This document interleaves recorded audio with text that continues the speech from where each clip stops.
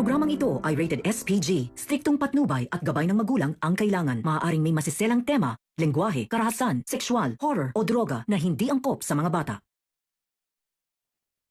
Hindi matanggap ni Lilet na si Atty. Meredith ang tunay niyang ina. Alamin natin. Welcome back sa aking channel, mga kaganapan sa Lilet Matias. Napahamak ang karir ni Estar Valencia nang dahil sa kagagawa ni Eira at Trixie. At ang sinisi ni Estar ay walang iba kundi si Lilet Matias nang dahil sa sinabi ng press na si Lilet Matias daw ang nagpakalat nang may anak sa pagkadalaga si Estar Valencia ay nagalit si Estar kay Lilet at ayaw na daw makita at magpatulong ni Estar kay Lilet dahil sinira daw ni Lilet ang tiwala ni Estar. At dahil sa nangyari ay umuwi na lang si Lilet ng Maynila at plano niyang puntahan si Eira para makaharap at matanong kung bakit ginawa niyang siraan si Lilet sa kliyente nito. Una nang nagtungo si Lilet sa KKK upang sabihin kay Bonnie ang balita na nagalit sa kanya si Estar Valencia nang dahil sa mga press. Dahil pinagpiestahan sila ng mga ito at nalaman na sa publiko na may anak si Estar Valencia sa pagkadalaga. At ang mahirap pa nga ay si Lilet ang itinuturong dahilan ng mga press kung bakit kumalat ang sikreto ni Estar. Sinabi ni Lilet na isa lang naman daw ang may galit sa kanya na pupwedeng manira sa kanya. Walang iba kundi si Eira. Kaya balak daw ngayon puntahan ni Lilet si Eira para itanong kung bakit nagawa ni Eira na siraan siya sa kliyente niya. Nagsabi si Bonnie na sasamahan niya si Lilet na harapin si Eira. Nang sa ganon ay mabackup si Lilet kung sakaling ano ang gawing kasamaan ni Eira kay Lilet. Nanatili namang sikreto para kay Kurt ang nalaman na anak ni Atty. Meredith si Lilet. Gaya nga ng sinabi ni Atty. Spanky kay Kurt na hayaan muna si Atty. Meredith na makarecover sa pag-uugali ng anak niyang si Eira bago sabihin ang totoo kay Lilet. At gusto rin ni Atty. Meredith na siya mismo ang magsabi sa anak niyang si Lilet kung ano ang totoo. Naghahanap lang daw ng tiyempo si Atty. Meredith para sabihin kay Lilet lahat. Samantala, kasama na nga ni Atty. Eban si Ramir at nakuha na ni Atty. Eban si Ramir sa kamay ni Patricia. Handa raw magsampa ng kaso si Ramir kay Patricia dahil sa ginawa niyang pagkukulong kay Ramir. Paliwanag ni Atty. Eban kay Patricia na kahit pa nga asawa niya si Ramir ay walang karapatan si Patricia na ikulong si Ramir sa pamamahay nila para lang matago ang katotohanan sa pagkatao ni Lilet. Natatakot si Patricia na ipakulong siya ni Ramir dahil sa ginawa niyang pagkukulong sa sarili niyang asawa.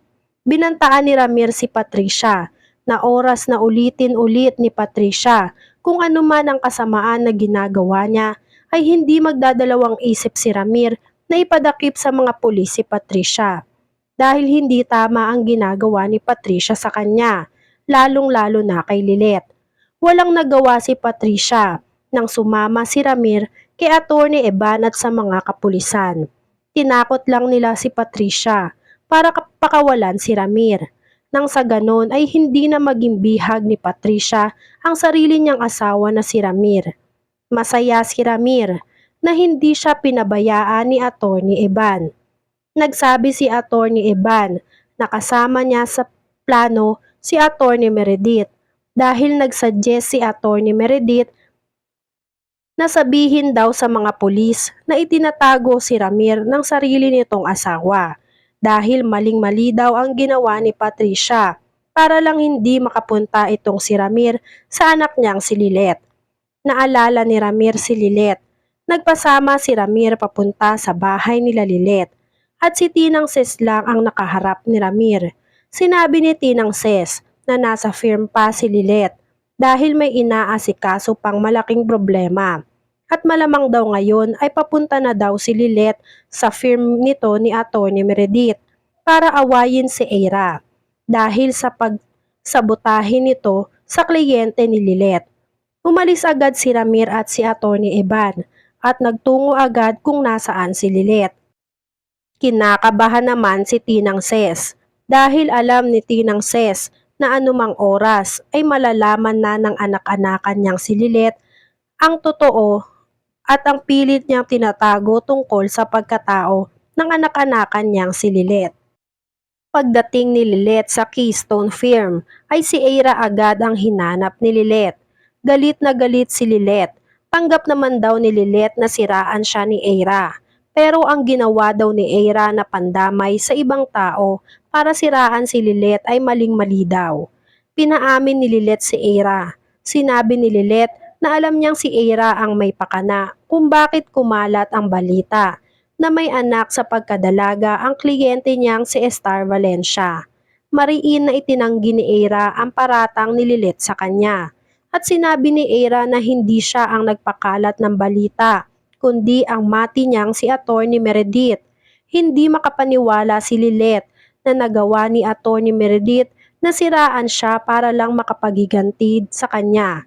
Kaya agad-agad nagtungo si Lilet sa opisina ni Atty. Meredith para harapin ito.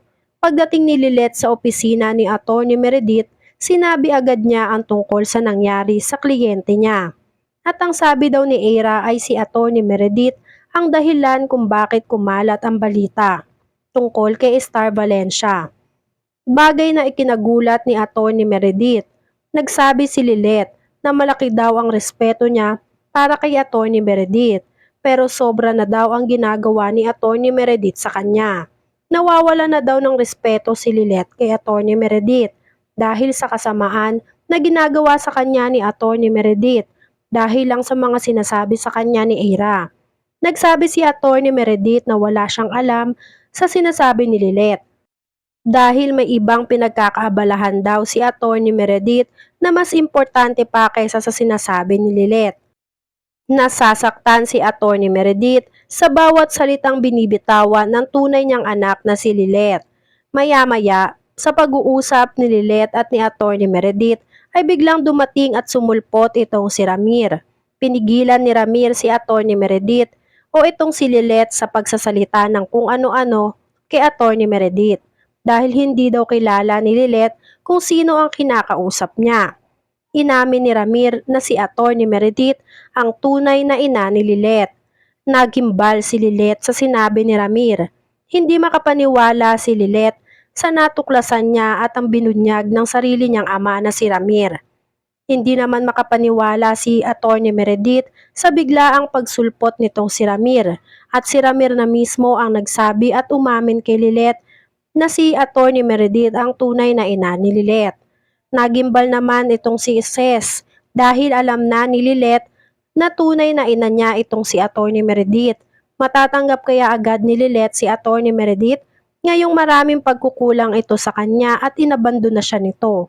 Yan nga ang mga kaganapan at mga dapat nating abangan dito sa Lilet Matias. Kung gusto nyo pa ng mga ganitong klaseng video ay mag-subscribe at i-like itong video na to. Maraming salamat po.